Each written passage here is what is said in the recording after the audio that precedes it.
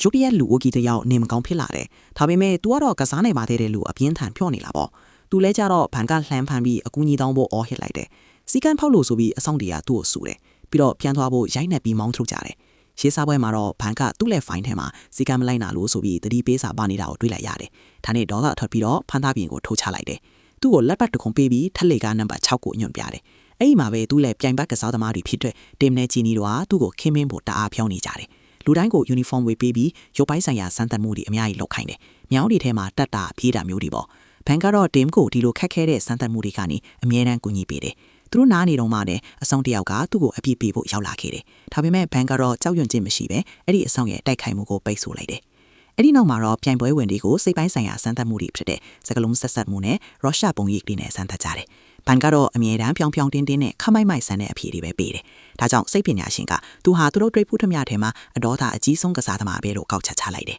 ။နောက်ဆုံးအဆင့်ကိုရောက်လာတဲ့သူတွေအားလုံးကိုသူတို့ရွေးချယ်ခံထားတဲ့ game အစီအစဉ်အလိုက်ရောင်းဆုံးဂျမ်စုတွေဝတ်ခိုင်းတယ်။ဖန်တင်ဂျီနီတို့ကတော့နောက်ကျော်မှာပြစ်မှတ်ပုံပါတဲ့အနီရောင်ဂျမ်စုတွေရတယ်။အဲ့ဒါကသူတို့ Running Man game ထဲကိုဝင်ရတော့မယ်ဆိုတဲ့သဘောပေါ့။အဲ့ဒီနောက်ဘန်ကထုတ်လုပ်သူထန်းနဲ့တွေ့ပြီးသူကတခြား game တကူကစားချင်တယ်လို့ပြောတယ်။ထန်းကတော့သူ့ရဲ့စိတ်ကိုပြောင်းလဲစီဖို့နဲ့သူမားနေတယ်ဆိုတာကိုသတိပေးတဲ့အနေနဲ့ဒေါ်လာတစ်ချောင်းစုချင်းငွေထပ်ပေးလိုက်တယ်